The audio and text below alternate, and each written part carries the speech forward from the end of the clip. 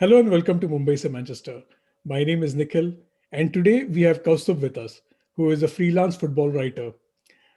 He recently wrote an article how United over rely on overperforming individuals and how we rely on our competition underperforming from time to time. And we are going to talk about that article, talk about transfer news, Jadon Sancho, Raphael Varane links, and some of the other areas that United really need to strengthen in. And also, what are the realistic expectations for this season? So, welcome, Kaustubh. Thanks a lot for joining. It's really great to have you on this podcast. Um, so, can you give us a brief intro about yourself, if you don't mind? Yeah, as I said before we started off, writing about football is all I do. Uh, I start with maybe reading a book about football and then maybe writing about football, and then before going to sleep, I probably watch football. So it's pretty much what I do, and then it just keeps going. And it's pretty much what I've ever wanted to do. It's pretty much what I'm doing. So yeah, United are just a big part of it. And of course, Syria is a big part of it, and many other things. Yeah, it's pretty much what I do, a big part of my life. Okay, cool. So, talking about that article that I mentioned, where United have been over relying on like we are basically overperforming and we have been getting away with it. Can you share a bit more about it? I'll drop the link in the description, but if you can summarize it for us for the audience, that will be really helpful. I mean, when United lost to Villarreal, I saw a lot of people saying that United are not meant to be losing to Villarreal, and United are meant to be as if it's United are almost destined to be winning everything in the world. People said that United are meant to be winning the biggest trophies in the land. They are supposed to be winning the Champions League, um, Premier League, and not they shouldn't just be relying on winning the Europa League, because Europa League is essentially a second division European league, and they lost the final in that. So people said that it's not Man United standard, and it sort of made me laugh a bit. It made me, let's be honest about it, it made me cry a bit. It made stuff like that generally makes every United fan cry. It breaks your heart, but that's it. That's that just triggered me to write what I wrote, and the stuff that I wrote was probably in my head for quite a while. Um, as in not just this season, not just for stuff that's happened this season, the stuff that's happened ever since I started watching United, I started watching football and stuff. Um, it it just made me realize that maybe United aren't meant to be challenging for the top trophies, in the sense that people can expect United to challenge for the top trophies, but United have never really been there. You look at um, the way the squads have been built traditionally after Sir Alex retired. United have. I can't really remember the last time United had a top class right winger in the team. I'm not talking about Jadon Sancho. I'm talking about what happened before this, from the previous season onwards, and before the previous season onwards. The squad construction's been pretty much as if you're just standing in a dark room in front of a canvas and throwing paint on it, expecting that you come up with Mona Lisa or something. It's pretty much like that. Like, we have sort of signed random players without any plan. Of course, before Ole Gunnar Solskjaer came in, because now you see that plan of building a squad, building a legacy, building a dynasty. Now, before that, it was almost as if every single time, even if you look at um, uh, the David Moyes era, the Louis Van Gaal era, and of course the Mourinho era, you saw a team which half the times, or maybe half the times, um, I know it's a pretty precise math that I'm using here, maybe about 70, 80, 90% of times you saw square pegs in round holes, where United had to use other types of players in those specific positions. Like, managers kept crying about why they needed that sort of player, and then fans had backlash against that manager when he asked for those signings, be it Van Gaal, be it Mourinho, and then I thought it's maybe something which tracks back to the Sir Alex era. And then I think I wrote this in the article there that United have are yet to replace Cristiano Ronaldo, and the best possible Ronaldo replacement so far has been Marcus Rashford, who, by the way, is an academy graduate. And United have had number sevens as flops. They've made so many bad decisions about handing that number seven jersey before Cavani, of course. They've had so many decisions which don't make sense. When Louis Van Gaal wanted a centre back, the board went out on deadline day and signed Radamel Falcao for no apparent reason and loaned out Javier Hernandez. I mean, stuff like that doesn't make sense for a club like Man United. And then people go on about, wow, we should be challenging for the biggest trophies in the world, um, when essentially when Man United finished third last season.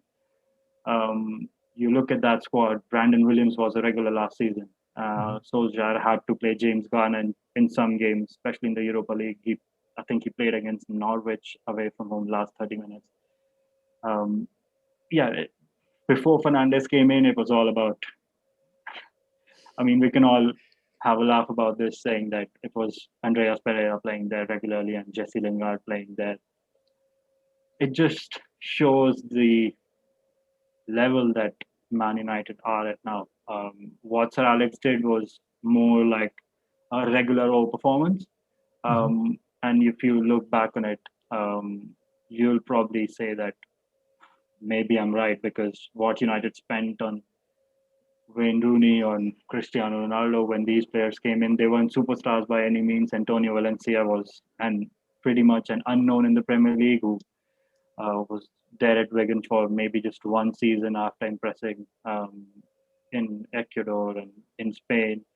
I mean, the level of business that United do have done, even under the Sir Alex era, shows that this isn't a club which should be challenging for the highest trophies. And if they do it, if they finish regularly inside the top four, and if they um, do well in Europe, be it in the Champions League or in the Europa League, that manager should be respected more than he is. And the job that Solskjaer has done, Mhm. people will never give him credit for it. But the way um, it's not just about the culture in place; it's about identifying the issues of the club and making sure that he essentially uses his man management abilities to um, make sure that the club runs through him instead of what happened with Mourinho. Right. Um, because I mean, I'll probably share the story later on about how Ole is very good at handling all the resources he has. I mean, people will probably see that in a while. So yeah, it was probably a coming together of so many things on that dreaded day of the on let's say dreaded night of the Europa League final. Okay. Yeah. Then can you share more about what you were just mentioning, like how he has been handling resources very well? And I resonate with that statement again. Like he hasn't been given much, to be honest. He was asking for an attacking midfielder like Bruno. I think even prior, like we basically went into the season without that player, and then we probably overpaid in January. So that is one clear example. But can you share more, like if you can? Yeah, when it comes to the stuff about how good Ole is at managing the resources around him, um, when Ole was not managing United, when he was at Molde, it's a pretty interesting story which I read somewhere, probably in a Norwegian newspaper or somewhere. Basically, Google Translate is there for everyone. But it said that the way Ole sort of made connections at the higher ups of the club was through the the sale of those those tourist packages, and the sale of those uh, match tickets and the directors boxes. He Hmm. made connections uh, in that in that department before he started managing United. And from there on, he knew, I mean, his agent, or maybe let's say his former agent, who of course managed Erling Haaland, both of them had a company, or let's say an agency, which handled these ticket sales of the club. And that's how he sort of had some very good relations with the higher ups at the club. And then secondly, I won't name the person here because it's I'm not supposed to. Someone at United told me that, I mean, this was about before Ole. I mean, the very start of his tenure, initially Mhm. as the interim manager after Mourinho left. I remember talking to this person, and he said that Ole actually visited him, um, since they've been about friends since the 90s. Um, and the person I'm talking about is, of course, related to the club. He's played for the club essentially. Um, he told that Ole visited his place about 5 months before, um, and had a good chat with him, on a human level, by the way. It was not about uh, anything going on about the club, the tactics, and the staff, and all, nothing about that. It was just a very human connection about um, what what's going on with their lives and stuff like that, and how things have changed, how are things going and stuff. And then about 5 months later, that connection between those people led to the person I'm talking about getting a job at United and the stuff. Um, Mm. it shows how good a person Ole is at making sure that he makes full use of the resources around him, making full use of um, the people he knows around the club, making very good use of um, the connections that he has with the club. And even if he doesn't have initially he didn't have great connections with the directors and, as I said, the higher ups of the club. He made sure that, through his own ways, he made sure that he had those really good connections with the club. And I think that's played a very big role in making sure that the club sort of revolves around him. Something which wasn't really possible for Van Gaal or Mourinho. I mean, Mhm. people can go on about saying that Ole is probably a cheap option for the Glazers, which, in all honesty, I think he is, Right. and I don't think we can disagree with that either. But it is what it is. He's in the job. He's doing a job for the club, and he's done pretty well. But what he's trying to do is make sure that he's essentially the boss of the club. I mean, I'm Right. not comparing him to Sir Alex Ferguson, of course, because that's a completely lofty comparison. But that's what he wants to do. He wants to be the man for the club, making sure that everything goes through him. Whatever happens at the club, it doesn't happen without his permission and all that. So I think we might just see more of these things starting to happen in the next few months. Yeah, yeah. On those lines, when this director of football appointment was made, obviously we, as fans, at least I, as a fan, I don't believe this new guy is really capable and seems like probably just a pawn, like placed in there to Yep, follow what the Glazers want to do. But it seems like that position is not going to be above Ole. It's going to be equal at least yep, with Ole. Decision making is going to happen once both of them concur. So let's see how that goes. And it seems like, yeah, Ole is trying to build that relations, and it seems like even when it comes to the tactics aspect, he's leaving it to more of that to Kieran McKenna, Carrick, and McPhelan. yep, He is sort of trying to take that Alex Ferguson role, like which I think Fergie took in like yep. 2002 and after that, where he tried to step away and try to look at bigger things, bigger picture and stuff. But yeah, I'm really hopeful. Like he gets the resources he wants in this summer transfer window. I know the fans, the backlash that has come through the fans, like them storming the stadium before the game and all that. I think that should be a fair warning to at least see some minor changes, at least when it comes to the transfer window. I don't know how much it will really translate into overall how Glazers have been exerting control and utilizing the finances. But I'm really hopeful as a fan that some of those things change and Ole gets that. gets a much better grip and can control and dictate things going forward, purely because of the relations you mentioned, like he has been building around. He has the confidence of the people, right? I think when Mourinho was appointed, I felt that would be one area where things might go south. Like when he starts crying about things, he'll basically destroy all of the relations that are around him, because things are not working for him. But Ole constantly has been building that story, uh, at least in front of the press and in front of the fans, saying, "Hey, I'm getting what I want."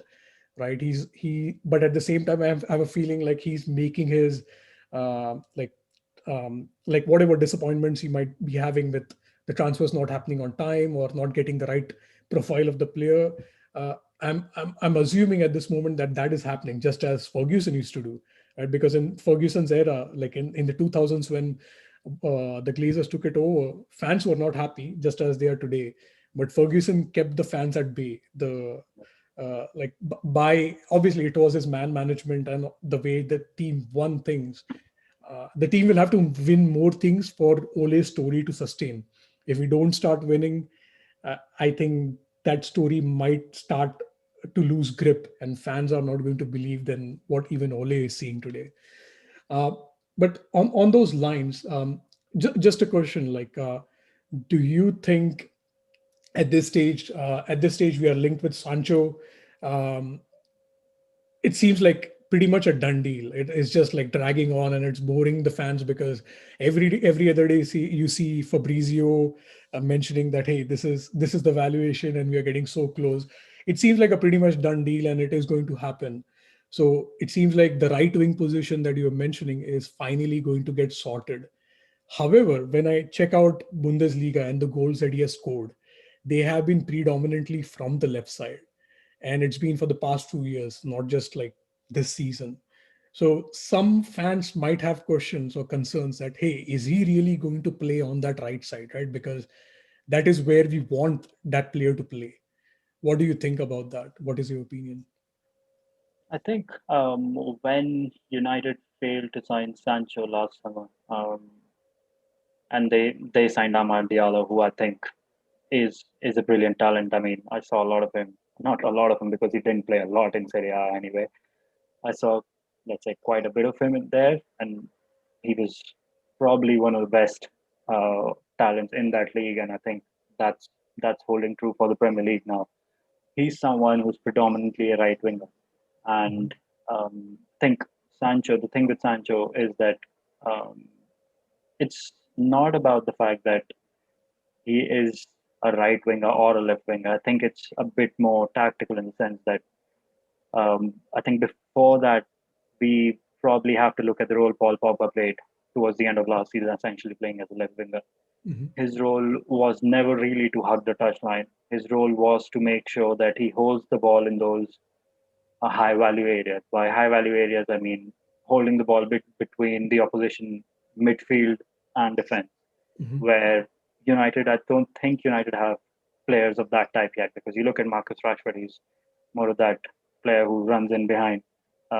Martial, I mean, he's on and off, but he can do a bit of everything, but he's not exceptional at holding up the ball either in those tight spaces. And he's more about dribbling at the back line, at the opposition back line. Now, Pogba is probably, I mean, at least last season, Pogba was United's best bet at holding the ball in those high value areas, because we know Bruno Fernandes is more like a high risk passer. Donny van de Beek is not a high risk passer. He's more like a safe passer, essentially. And I think that's why he's not been trusted enough. He doesn't cover enough spaces behind him. And I think any other options that United have. I mean, I think Ahmad could have done a job in that role, because that's what he is. He can hold the ball up in those spaces. Now, Sancho is probably one of the best players in Europe to do that. It, Sometimes he does that on the left wing. For England, you've seen him do that on the right wing, and you've seen that him doing that for Dortmund as well. So I think um, what United want to do is make sure that um, not to have a right winger who hugs the touchline. It's about staying narrow in the front three and having the fullbacks essentially operate as those false wingers like Liverpool used to stretch the play, drag the opposition wide, and the likes of Sancho and Rashford can then use the spaces they leave centrally to create chances or maybe score goals. And I think even if Sancho plays on the left wing, I think Ahmad's going to have a big season next term. Hmm. Um, I think he's already shown quite a bit of what he's about last season. I mean, when he gets going, he sort of goes past people for fun. He nutmegs people for fun. He's physically not quite there yet, but um, the way players like Fred and McTominay have developed physically, I think Ahmad will develop physically and he'll play more often next season. So I think, yeah, people can be right about the fact that Sancho has played on the left wing, but essentially, I think it's more about um, the approach that United want to take and not essentially the position that he's going to stick to. Yeah. So do you reckon like I'm assuming when you say mention Ahmad here getting having a big season, how many games do you think he'll likely play this upcoming season? I think at least 20. I mean, I can't say the number of minutes he plays because that's too Right. specific. At Right. least about 20 because I think last season he did play about what, 6 games, Hmm. even though he played about last 3 months of the season. So I Right. think he's, I mean, just purely talking about proper right wing back, sorry, right winger.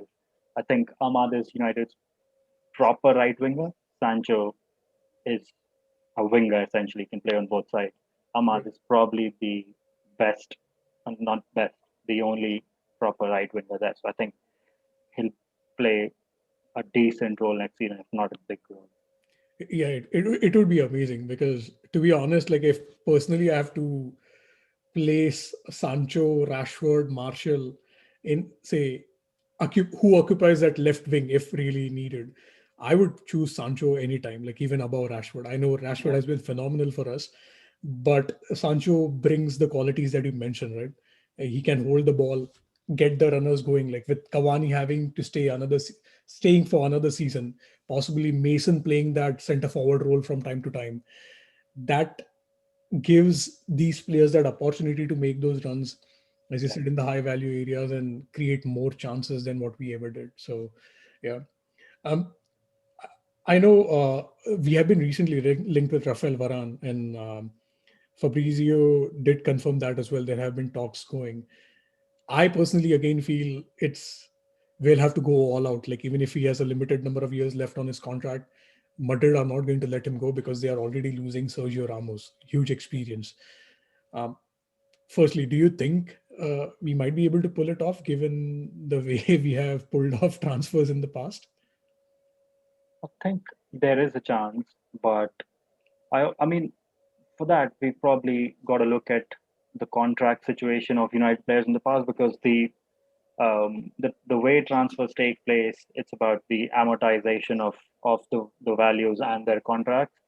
Mhm. So as far as I remember, some players' contracts. I mean, the players who've already left United, by the way, who the United was still paying for those contracts, and I think a couple of players, maybe three players, their contracts ran out in the summer of 2021. So I mean, I think Lukaku's runs out in 2022. So United will continue paying for Lukaku's contract till the end of next season, which is a bit stupid, but that's how the club works anyway. But I think Fellaini's contract uh, will be fully paid out this summer, and maybe a couple of other players. So I think because of that, I sort of have a sneaky feeling that United will um, pay more than expected, or maybe sign more players than we expect. Because purely going by in Hindi, we easily say that the word "aukat." Mhm. Um, they say United's aukat is probably to sign three players a summer, but I somehow expect. I mean, this I'm not counting Tom Heaton in this, by the way. Um, um, I mean, this season I sort of not expect United. I've got a feeling that United may end up exceeding that Pakat of theirs to maybe five signings, including Tom Heaton, purely because of the way contracts have been paid out Hmm. and the way the contracts were being paid out. And was probably the reason they weren't willing to take that risk last summer, because they the contracts were yet to be paid out, and the Fellaini contract, the Lukaku contracts, and I think even the Daily Blind contract, those sort of, even the Phil Jones contract, by the way, all I those think things. Sanchez might be in there. Yeah, Sanchez as well.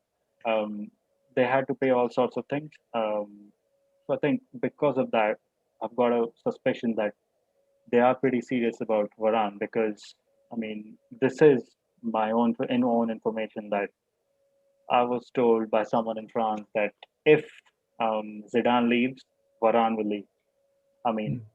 since then I've not been told about what happens now that Ancelotti is there, but I'm not quite sure on that. I'll probably have to learn more on that. But it does seem as if it's much more genuine now, because we've reached a point where um, when generally players want to earn higher wages on their contract, it doesn't stretch out till this long generally.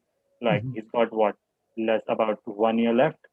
Right. When they sort of use interest from other clubs for new deals, it's generally much earlier. Like I know for a fact that United have always liked Varane. Of course, the Glazers lowballed and ended up signing Chris Smalling, Phil Jones, and all these players anyway, because why not? And we're now going back to signing Raphael Varane. I think it's there is a chance, because um, he's a player who United have liked for quite a long time, and secondly, he seems to be available on a cheaper fee. But Mhm. I think there's a split there, because last season Pau Torres was United's main centre back target, um, and the reason why they're not going full throttle for Pau Torres is because of Varane and the fact that he's much more available than he was 2 years ago, 3 years ago, as recent as last season. Right. So I think uh, I'm not sure about how much United have a chance of signing Varane, but it's certainly more than it was earlier, because of how this contract payout stuff is and all the other situations. So hopefully we do happen and sign Varane. But if not Varane, obviously you mentioned Pau Torres. Do you think he really will be an upgrade to what we have today? Yeah, I think he will be an upgrade, because I think he's better than Victor Lindelof, better and more available than Eric Bailly, of course. But I think United should stick to keeping Harry Maguire as the left centre back option, because you look at his passing maps, the way he uses his left foot, essentially always using the inside of his left foot, Hmm. and the the way he's almost always been a left-sided centre back. I know he played right-sided centre back sometimes at Hull, and a bit of, let's say, about a fair few times at Leicester, but his main position is left centre back, and he shows the traits of being a left-sided centre back. So I think if United need a left-sided centre back, another left-sided centre back, it should be someone cheaper than Pau Torres, because Pau Torres will probably cost in excess of what, 45 to 50 million at this point. And United, if they sign Pau Torres, will end up making sure that Maguire shifts to right centre back. Of course, you need a left-sided, left-footed centre back, because that is a very rare profile that is needed in the modern day game. But I sort of want United to go for a much cheaper left-sided centre back option than Torres, and that's probably the reason why I would want someone like Varane or maybe Ben White over Pau Torres at this point. But yeah, going back to the question you asked, I think Pau Torres is better than Victor Lindelof, Bailly, and Axel Tuanzebe. Not as good as Maguire, but yeah, he's younger than him. Right. I did read your article about Alessandro Bastoni at Inter. Yeah, He plays in, however, he plays in like with like two other center backs, yeah. based on their formation. Like, any thoughts about him for United? Like, I haven't seen him much, to be honest, but since you have analyzed him, thought of asking you. So I think he's pretty much set to sign a new contract, and after that, he'll be well worth. I mean, he'll be valued in excess of about 100 million euros, which is a massive fee for a centre back, but that's the sort of game we have. But otherwise, he's quite a good fit for a club like United, even for a club like Liverpool, even Arsenal, even Tottenham, and many other clubs. But Inter have a gem on their hands, especially because the likes of Chiellini and Francesco Acerbi are about what Chiellini is about 36, Acerbi is about 33, and Bastoni is very close to that profile and maybe even better than them. So I think Italian football has a proper gem on their hands. Cool, cool. Yeah, I'll watch him out. I'll check out his videos and hopefully try to get uh, binge on a bit of Serie A next season. So the other actually topic I had, you did mention, I think we did cover that you feel based on the contracts that which are going to run out, the Yeah, previous ones, United might end up signing more players.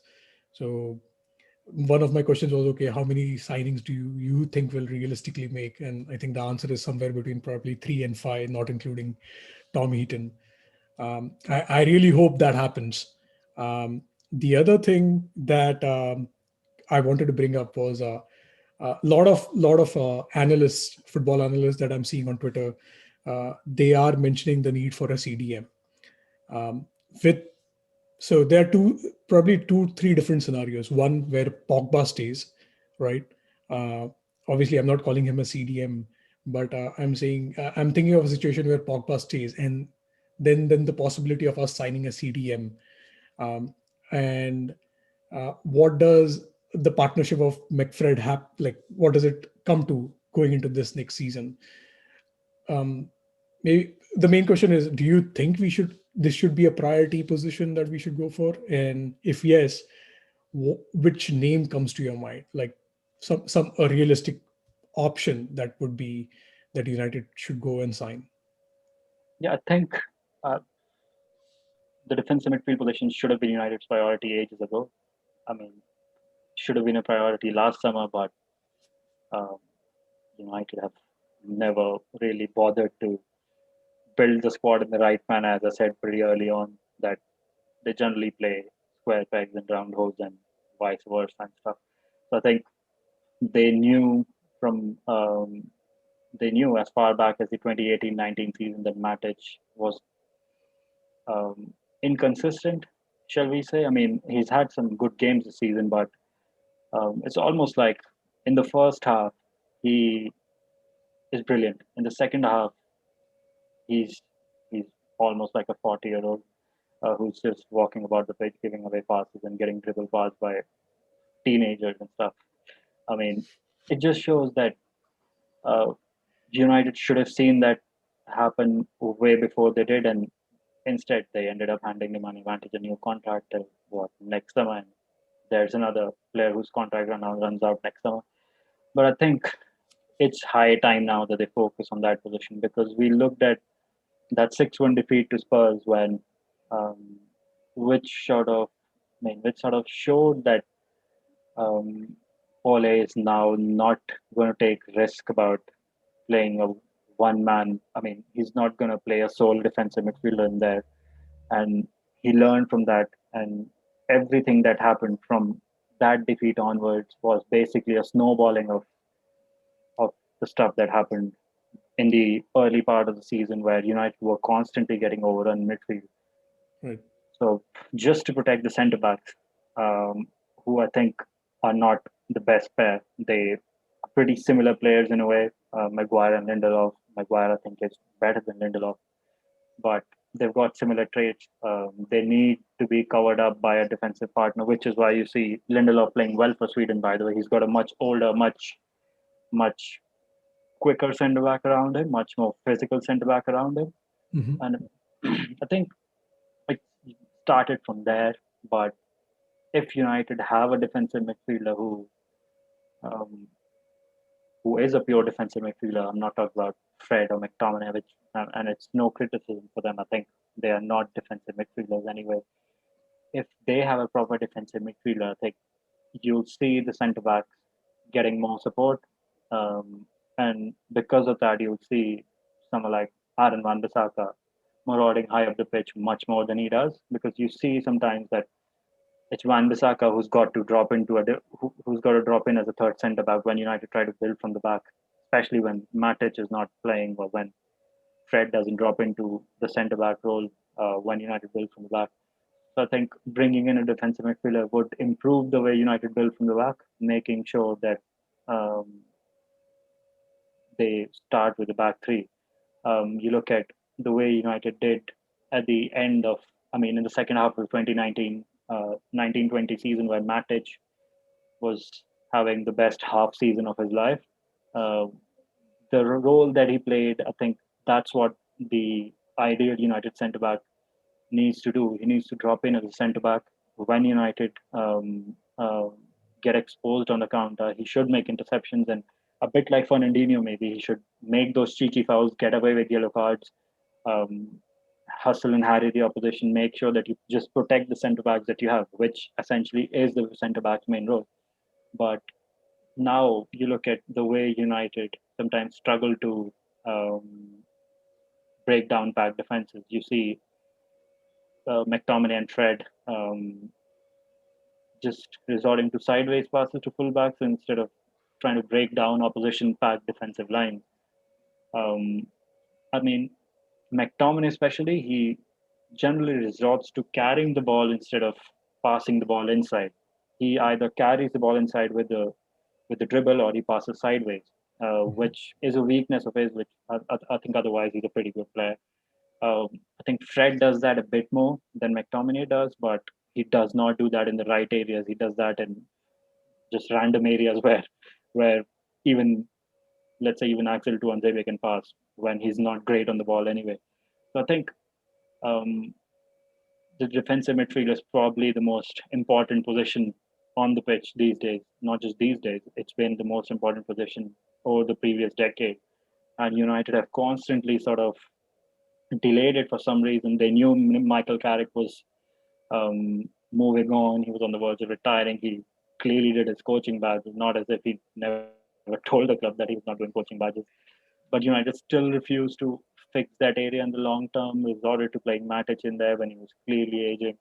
Um, so I think it's probably high time they do that. I think people say that Declan Rice is perfect for it. I think he is pretty good. He is perfect for it, but I think the funds may be limited at least this summer. Right. And if United go for a player next summer, a defense midfielder next summer, I think Erling Haaland would probably be United's main target then.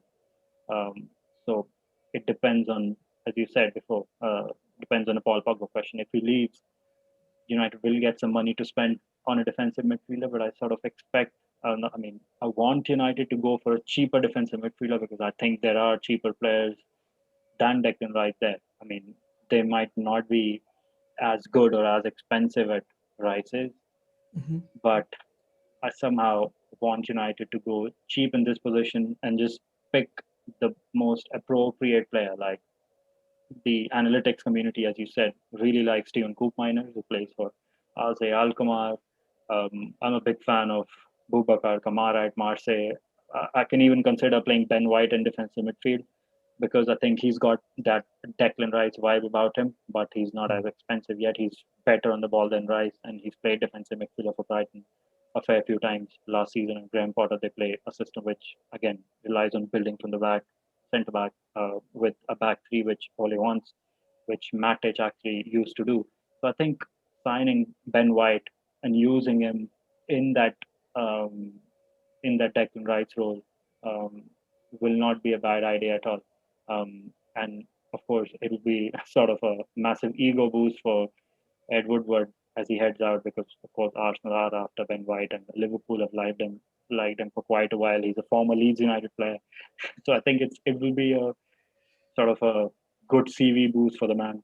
I think it won't be a bad idea at all because I'm not expecting United to go out and sign Coop Miners or Kamara at this point. So I think if not Rice, I would like Ben White at the club. Yeah, that's a really interesting shout, and I do always had this question like about Declan Rice. So if I look at him statistically, yeah, he looks amazing. Like I have not seen a lot of West Ham games. To be honest, I've not seen England games as much. But when I think about West Ham, they are not the side who are trying to build from the back, Yeah, right? They are more of a counter-attacking side, uh, and United are trying to go away from that, right? We have been making so many mistakes trying to build from the back, but that is the philosophy that Ole is trying to push. Like he's trying to get this in practice on the pitch as well, even if you're making mistakes. So keeping that in mind, that is one concern that I have about Declan Rice. Maybe you have seen more of him doing things where he's building from the back, and where his team is building from the back, and then he's also intercepting when there is a counter attack about to happen. Uh, what are your thoughts about that? Well, I know you mentioned Ben White is a better option, but since a lot of fans also want Declan Rice, do you think he'll be able to cope up with the expectations, say, Ole has? I think he will take about a season or at least some months to adjust to a more high value possession um, side like United, because even for England, I'm sometimes not entirely convinced when England have big possession of the ball. I'm not entirely convinced by Rice's ability to drop in a centre back and then turn and then play those passes, because I think Rice's main weakness at this point is to make that turn um, as quickly as maybe someone like Calvin Phillips, or even someone like Coop Miners, or as I said, Kamara and even Ben White. I think that's his main weakness, and what United want to do is build quickly from there instead of wasting time too much time there. And I think Rice will sort of take a while to adjust to that, because, as you said, he's not really adjusted to that, and we've seen that when players adapt or maybe change from playing in a deep defensive line to playing a higher defensive line, um, they will have an issue, at least initially. We saw that with Maguire. He Mhm. still sometimes um, has that mini error in him where he can't uh, recover well, but he does the job. He does the job of going forward and doing all the stuff pretty much on his own sometimes, because the defensive midfield is dysfunctional anyway. So he's just got to take responsibility and just keep progressing the ball forward with his passing or ball carrying. Yeah, I think someone like Rice, is going to take a while to adjust to that. I would ideally want uh, a left footer uh, because it's the closest we have to Matic, but considering that we're now moving towards that Sancho axis and improving Van Bissaka axis and that Kieran Trippier axis, I think it's important to have uh, both those sorts of passing varieties in there essentially. So I think Rice does that, but as I said, he's got that main weakness in him, which he'll only learn over time. Right. And as fans, I don't think we have that patience, to be Yeah, honest. A lot of we've lost like all patience. people that you'll see on Twitter, they won't understand that, hey, even if he has transitioned from one Premier Yeah, League club to another, they would want him to start delivering from day one, which is a bit unrealistic. yeah, Um, Talking about, I know we spoke about how Sancho's uh, like the fact that we are more likely to sign him this summer, how that will open up uh, the possibility of our fullbacks like being the more attacking fullbacks that we have not seen in the past. Given that, that's the reason I believe we have been linked with Kieran Trippier. But at the age of 30, and when you have options like maybe Dullo, who you still have at the club, and maybe Ethan Laird, who is still young but an academy graduate. I won't call him a fullback because he has played as an attacking wing back. But you are looking for a defensive minded player who can play on the right side of the pitch. So I'm questioning the logic of going with Trippier. I do understand he has won matches for Madrid, for Tottenham in the past, and he is playing for England. But again, would should Trippier be our top option when you can go for give an academy graduate a chance, or why not Dalot, right? If you're looking for more of an attacking flair, I felt that Dalot lacked the defensive side of things, and I don't think Trippier is, from a defensive standpoint, a solid player. Like that was an issue even at Tottenham, if I'm not wrong. At Madrid, maybe Simeone has trained him and kind of drilled that aspect in his Yeah, head. But Madrid play a really compact game, right? They are not going to be as expansive. yeah. So he has things covered when he's moving. Like he doesn't have to cover as many things as unlike what you would see in Premier League. So is he a signing again we should be going for?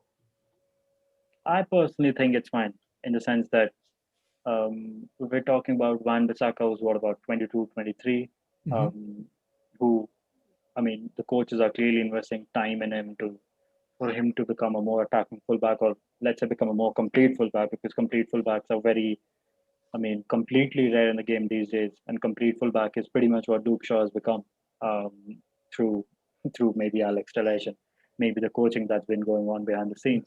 But I think the idea is to make sure that those wing backs are complete, and through maybe learning from other players. I mean, you mentioned Diogo Dallo there. I think the situation with Dallo is, I mean, it's not about the ability that he has. His ability is pretty good. I think disregarding the defensive side of the game and maybe disregarding the sometimes the fact that he's not got the final pass in him. The issue is that I remember reading this at the Athletic about maybe last year or at some point that the issue wasn't his ability or the fact that he's not playing. It's about the way he's training.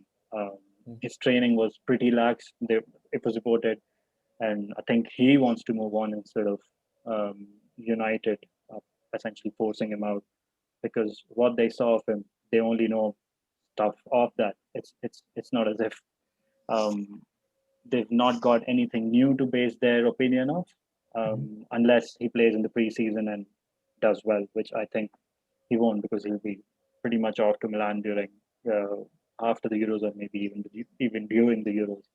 So I think the issue is about Van Bissaka's development in this case because he arrived for 50 million, and we've seen glimpses. I mean, I say only glimpses because they essentially were glimpses, um, where he showed that he can be an attacking fullback. He sometimes is, let's say, overcautious at crossing the ball when I actually think he's a pretty decent crosser of the ball. He's sometimes hesitant at crossing the ball, and he maybe it's a mental thing where he thinks that if I cross the ball now, I'll probably lose the ball, which is exactly the opposite of Kieran Trippier, who doesn't give a damn about whether he's losing the ball or not. He just pings those crosses in. There was this, I think, 16-17 season at Spurs where about a high percentage of his crosses were converted into goals or chances, which quite a reflection of his ability as a player. And I think he's people say that we should maybe go for Max Aarons, which who I actually rate. But I think what United are looking for is someone who doesn't hinder Wan Bissaka's development. And secondly, if a younger player comes in, you are also hindering his own development. And Right. if say he's not a Man United fan, which Kieran Trippier is, it's highly likely that he looks for an exit in about a season because he clearly sees that his development is being hindered. And you see Alex Telles being on the bench, and you've already seen rumors going out that he can be linked. He can be sort of be used in a swap deal for Nuno Mendes at Sporting Lisbon and all that sort of stuff. And there's been reports that he wants to leave after a season. So if a player of that ilk is a United fan who has always dreamt of playing for the club and essentially is an attacking fullback, he Hmm. will add more on the right. He'll add more attack on the right. He'll cross more than Van Bissaka does, and he'll even help a young English fullback who Van Bissaka is improve his attacking game. So I think it just sort of makes sense on many levels. But if United sign Max Aarons, who has the option of maybe heading to Everton, who maybe has the option of heading to Tottenham, where and Tottenham, by the way, will probably use him in every single game till the point he drops. And Everton will probably use him because they are looking at a long-term Seamus Coleman replacement anyway. So I think he's someone who come to United and not play as much. And he'll be thinking that maybe I could have gone to Tottenham and played every single game with Sergio Aurier leaving, or Right. maybe he could have played on the left where Sergio Reguilon is a bit inconsistent, or even at Everton where he could have played regularly. So I think the main thing in this is that you're not risking um, losing this player after one season or after half a season, because you look at someone like Jadon Shaqiri at Liverpool. He doesn't play. Yeah. Basically, he doesn't play. There's Divock Origi doesn't play. But the reason they stayed is because they won stuff there, not because they're Liverpool fans or they are die-hard Reds or anything like that. Mhm. The reason they stayed is because they were Liverpool fans, and that's why they didn't leave the club. Now, at United, that's I'll just go back to the article that I wrote. There's no guarantee of us winning trophies next season. There's literally no. It again, we'll be relying on our performance. So if that player stays, if let's say Max Aarons in this case stays for a season, and then doesn't play enough, he'll probably seek an exit. He's got agents who's got clients across England. He'll get a club in no time at all. So I think it's probably keeping in mind all those factors why United are going for Trippier and not someone from abroad, someone who's not English, someone who's younger. So I think Trippier probably uh, fits the profile perfectly in this regard. Okay. Okay. Yeah, I was really hopeful at the point when we were linked with Juan Bissaka. I was really hopeful we would actually go for Max Aarons at that point of time. Yeah, Um, because yeah, even he would have learned defensive aspects, but he was really good on yeah, from an attacking standpoint. Um, you did mention expectations, like in a way, for next season, right? Possibility of us not winning any trophies again next season.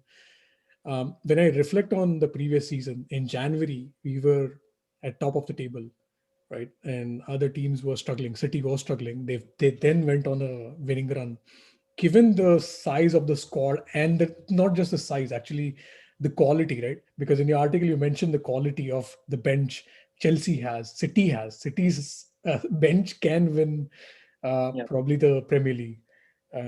So thinking about that and say, assuming we sign three players at the minimum, Trippier is one, say Varane is one, Sancho is the other. Do you still think we should be, if you were Ole, would you still go for all trophies? Because he constantly mentions we are Manchester United and we should be challenging for everything. To be honest, when the way we got knocked out of the Champions League, my first thought, forget the Europa League, don't go yeah. for it Same. and just Quite the same. focus, because you have limited resources. You do have quality and you are still trying to ingrain your ideology and way of playing. Why thrust these players to play like 50 plus games Yeah, and possibly risk an injury? And he did that. And I'm really afraid this Euro, I'm really afraid for Rashford. Like, I'm happy that he's sitting on the bench. I'm not going to be an England fan here. Like, England fans might not like this, but yeah, I would want Maguire to also probably just sit out the tournament. Like, hopefully he just gets fit on the yeah, sidelines and then gets his sharpness when he joins United. I'm really afraid because of those things. So keeping those in mind and the fact that we'll just probably sign, say, three players, do you still think we have that quality to go for all, like FA Cup, Champions League, Premier League, a Carabao Cup? Uh, should we be still going for all of that, or should Ole be narrowing his gaze on, hey, let's focus on Premier League because we haven't won that in a long time, and maybe a good run in the FA Cup, try to go into the finals, and maybe a decent enough run in the Champions League, but not really aim high, saying, hey, we are going into, say, semi-finals and yeah. finals. What are your thoughts about that? I think last season, I mean, this probably comes down to luck more than anything. That United probably got the most toughest draws you can ever expect a club to get. I mean, you get drawn into the Europa League, you get Real Sociedad, who, by the way, at the time of the draw were top of the league in La Liga, and then you get Milan, who at the point of the draw were top of the league in Serie A, and then you get Granada, who, by the way, are a decent team. They're not a bad team at all. Who were pretty decent against United, let's say. They Mhm. just didn't get enough shots away on goal. And then you get Roma, then you get Villarreal under Unai Emery. So I think, and then in the Champions League, you had, of course, the brilliant group. And Yeah. even in the cup game, unlike Chelsea, you got Barnsley, Morecambe, and City got, I think they got Chesterfield or someone, or maybe Colchester. I can't quite remember. United got Everton, Brighton, West Ham, and then Liverpool, Leicester. I mean, I think it was a bit it that stuff. The stuff about going all out was probably down to the sort of draws that United got. Because imagine stepping out at Old Trafford against Milan and playing your second or third team, or imagine, um, and Ole sort of, I think Ole did that probably at the wrong time in the the quarterfinal against Leicester, where that should have been the game where should have played the better players instead of um, shifting the squad around, playing players from the bench. So I think it's firstly it's about the draws that United got. If next season United go on and get, hopefully they don't get Celtic, by the way. Hopefully they get Rangers, absolutely batter them. Get, let's say they don't. I hope they get Villarreal, by the way, who I really want us to beat, and not an elite club by any means. If United get an easier group, I'm pretty confident they'll go through. And if I mean, it's the combination of the draw and the fact that Ole was not trusting his options enough, and maybe he had his own reasons for that because Van de Beek hadn't played football in about 6 7 weeks, 6 7 months. Sorry, um, he was coming into a system which um, involved taking shots on goal more regularly than Ajax players do, playing more high risk passes, and still covering the spaces at the back. So I think Van de Beek, players like Van de Beek, Alex Telles, Cavani actually started firing basically in the second half of the season anyway. Brandon Williams was not used because I think he's probably a Premier League player, but maybe a mid-table level player. Mhm. I think Ole didn't trust his options, and the draws didn't make things easier. So if this summer he gets the players that he actually wants, he gets Sancho, he gets Trippier, he gets, sorry, I mean, I was about to say Tom Heaton, but let's forget about him for a minute. If he gets Varane, Pau Torres, and in a hypothetical sense, a defensive midfielder, Bissouma or Rice or White or whoever, um, I think that's when we really start to see things clicking together in all competitions, even if United get a stiffer draw, Mhm. because you'll see maybe Hannibal playing more as well. He's obviously playing for Tunisia now. He played pretty well in their game recently. He started that game actually. Yeah. You'll see Ahmad playing. You'll see maybe Jimmy Garner getting a shot as well, depending on what happens in preseason. I'm not sure about Tuanzebe, what happens with him. So I think United squad will probably be one which Ole has, will probably trust way more than he ever has next season. And Mhm. even if United get a similar draw as we did last season, like we got Leipzig, Istanbul, Başakşehir, and PSG, I think if we get that next season, we'll probably go through because of the resources we had. And I think we should have got a, I mean, this is probably too optimistic that we probably should have got a draw in Leipzig anyway. Bruno hit the post for the free kick, and McTominay and Rashford sort of rushed their chances a bit. I mean, I still think we should have got a point from that in some way or another. But I Right. think if anything like that happens this season, these players have learned mentally. They are a bigger squad. They are a better squad. I think next season United should be going all out. There's no question about it. They won't win the Premier League unless, as I said, massive overperformance. Um, they can win the cups. Not sure about the Champions League because I'm actually, I've got a sneaky feeling that United have the sort of squad. They have that counter-attacking setup which can really work in the Champions League against teams like Bayern Munich, teams like Barca, teams like Juventus, even Chelsea, because Chelsea haven't beaten United since in the league since the previous season, since the 1920 season. So if United even reach the round of 16 in the Champions League, um, they will sort of start coming up against better teams where they'll be expected to drop deeper, and United are much, much better playing on the counter attack. So I think I think it's it's probably worth going all out next season for on all fronts because you've got more quality, more quantity, and a better mentality essentially. Yeah. And Ole will of course learn from his mistakes and hopefully they figure out the weaknesses of the back post headers, the back post tap ins, and the set pieces, and not being. Um, I mean, there were games where they sort of rushed in front of goal, where they could have finished things off better. Arsenal, Liverpool, these sort of games finishing things off better. So I think if they learn their lessons and the other three factors combine, I think they should probably go all out in all fronts. Yeah. Yeah. Yeah, I'm really hoping because that was my disappointment last season where we didn't have that depth in Yeah, quality. We still went on, but yeah, now that you mentioned it was the fixtures and kind of the kind of draws that we got, which might have forced him. But yeah, I still feel Premier League was pretty close to us last season. yeah, Like, it would have been a fortunate win and unexpected win, to be honest, had we struggled. overperformance, Yeah, sorry. overperformance. Overperform, yeah, yeah, and yeah, let's see what happens next season. Um, so one last thing, like you did mention the defensive aspect. It seems like when it comes to set piece defending and like in defending in general, it seems like there is a lack of guidelines, like how to perform on the pitch, or there is a lack of direction, and or if there are directions, the players are not able to translate that in during the game.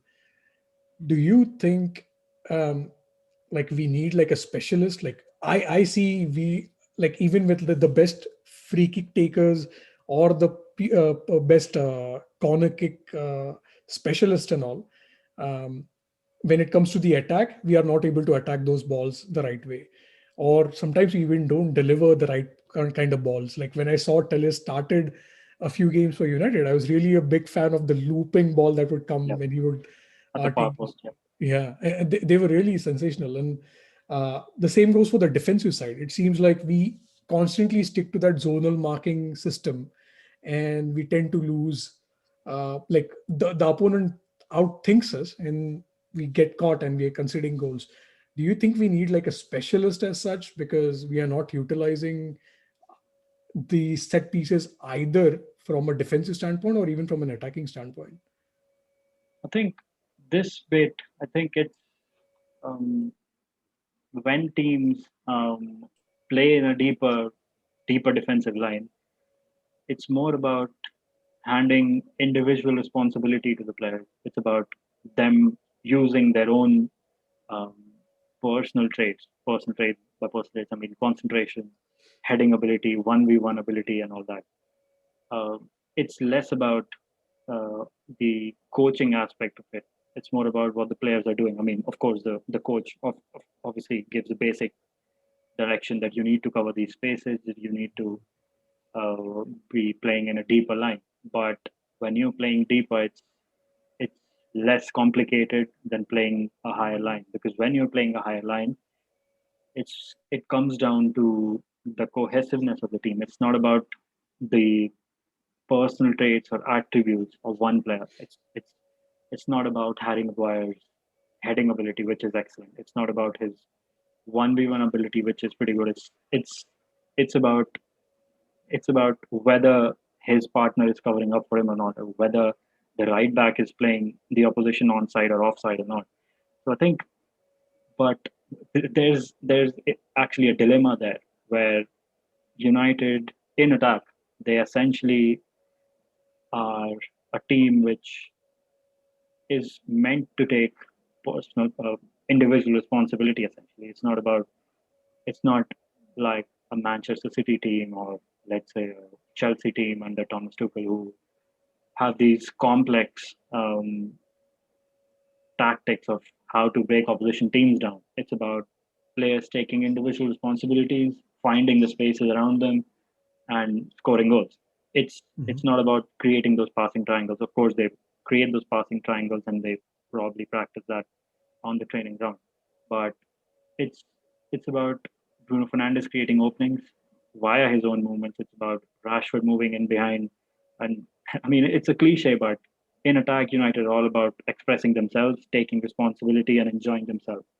Mhm. But when they do that while keeping a higher defensive line, um, that's where the coaching aspect comes in. When you're playing a higher defensive line, you can't rely on, as I said, the individual traits like they do in attack. Right. So it's about striking that uh, perfect combination in that regard. I mean, for set pieces, it's quite the same. You um, can't, I mean, to an extent, you can rely on 1v1 ability on the personal attributes or individual attributes of the player. But the reason why United concede so many goals is because on the other end of the pitch, they um, are meant to take responsibility, individual responsibility, and when defending set pieces, it's about zonal marking. And now zonal marking is more about what you do as a team. It's Right. about the coaching, not about Maguire's heading or Eric Bailly's interceptions and all of that. It's about how all of them are lined up playing the opposition offside with their defensive line. So I think I'm not sure if that will need a coach or if players translate that individual responsibility to communicating with each other effectively over time and it improves next season, or they just individually cover up their own mistakes, learn from what they've done last season, the way the goals were conceded. So I think it's a bit of a dilemma because, as I said, United are in a way just confusing themselves on the pitch sometimes. You can see that, especially with the Lindelof Maguire partnership, when Lindelof plays and Maguire play together, Maguire plays with him. Um, it it's a bit of a mess half the times, but it's something that I mean the way Ole's coaching or let's say management is about because he's essentially a bit like Zidane or maybe a bit like Carlo Ancelotti um, or even Max Allegri to a fair extent. It's not about um, it's more about what the players want. It's Mhm. about it's not about what he wants from the team. It's about what the players want to do, how the players feel comfortable doing, and the reason why he has coaches around him um, is to combine both of those aspects together. Maybe so. I think that process is sort of taking a time, and even if I think it's not like United always defend set pieces in the zonal marking type system. I've seen that sometimes they are confused between zonal marking and man marking. Yeah. I mean, when they defend the center of the goal, I mean, about 10 yards off, they are man marking people. When they are defending the 6 yard box, they are defending their own zone, their two post and the center of the post, center of the goal side. So I think it's for United. I think it's about finding the right combination in that regard, and I think stuff like that improves over time as soon as those players. I mean, as long as those players stay together with each other, they know each other's strengths, weaknesses, they identify their faults, they identify their teammates' faults, and just cover up for each other. I think last season showed that they are certainly improving in that regard. And next season, I think um, they will probably learn more from that. Yeah. Yeah. So we'll wrap up this podcast with one last thing. What do you think would be a solid season for us in I think 2021, 22? at this stage, it's a bit complicated. Of course, depends on uh, the transfers that we make, and more than that, on the transfers others make, because Right. Liverpool have made their moves already. They've got Ibrahim Konate. Maybe they'll probably get another centre half in by moving Ben Davis on. They'll maybe get a striker in, another wide player, another midfielder in. And we know when they start doing moves in the market, they are very good at it. They didn't do that last summer um, because of the pandemic and maybe other reasons as well. City, Chelsea have that, as I mentioned in that article, they've got their world domination mentality already with their Mhm. owners. Arsenal, Tottenham, I mean, you don't know about them. You don't know about Leicester. You don't know about Leeds as well. I think Leeds will be in with a shout for Europe next season. Um, so I think United probably need to look at others and learn from that. We've seen that so many times, but they barely learn from that. We know that. But this time around, I think I'm a bit more optimistic in the sense that we'll probably get top four. That's what optimistic means for the club these days. And maybe reach in the quarterfinals of the Champions League. That will be a pretty decent thing. And as I said before, since United thrive on playing with a counter attack, they'll even have a chance of beating whoever they face in the quarterfinals. Because I think, to be fair, the quarterfinal that we had against Barcelona, we weren't bad in those two games either. Rashford hit the post early on. De Gea made those absolute blunders, and that's where we lost the game. Ashley Young wasn't just willing to cross the ball properly in the first leg, and McTominay and Luke Shaw had Messi in their pocket essentially.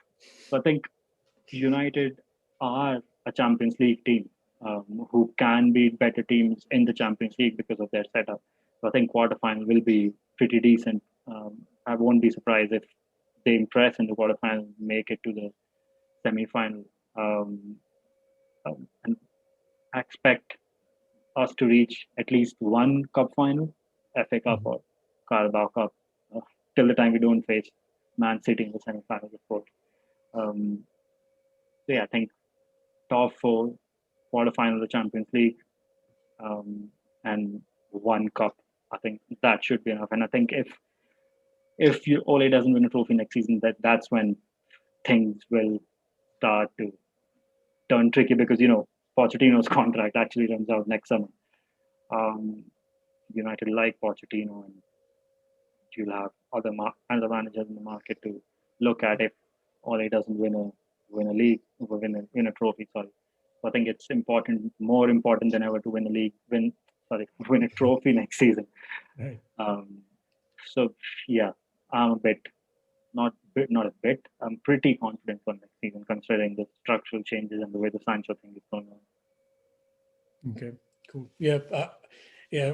I would say my expectations are pretty similar, just because keeping in mind what others are going to do and have already done, or like for example, Chelsea won the Champions League. That would have been such a moral boost, even when their uh, top players, top signings like Havertz, and like Havertz was still really good later half of the season.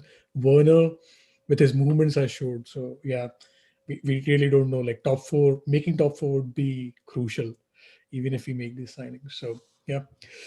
So yeah, Kaustubh, it was really nice chatting with you, man. You have a shit ton of knowledge. It would be really great to have like you. It's the vibe that I got and feeling, understanding that I got today is you literally eat, sleep, dream about football, and you have so much knowledge. So yeah, it was great to have you today, and hopefully, if you have more time, maybe we can Yeah, touch upon other topics and talk more. Uh, yeah. I mean, absolutely. Like as you said, it's about learning as much as you want in football because football is not about sitting in a corner thinking you know everything about the game. It's about learning more and reading and writing and watching as much as you can. So because it's pretty much what I do. That's probably why I know that stuff. Um, so yeah, I think it was great to come on. I love talking about football. yeah, Um, Whenever anyone wants me to, I mean, you can add that talking football to writing, reading, and all that sort of stuff. So yeah, great to come on, and I'll be pretty glad to come on some point later as well. sure. Thanks, Kaustubh. Um, so that's it from us, guys. If you do like the content, do hit the like button. Do drop in our comments. What do you think about the content that we created today? And do make sure to subscribe. Thank you. Bye.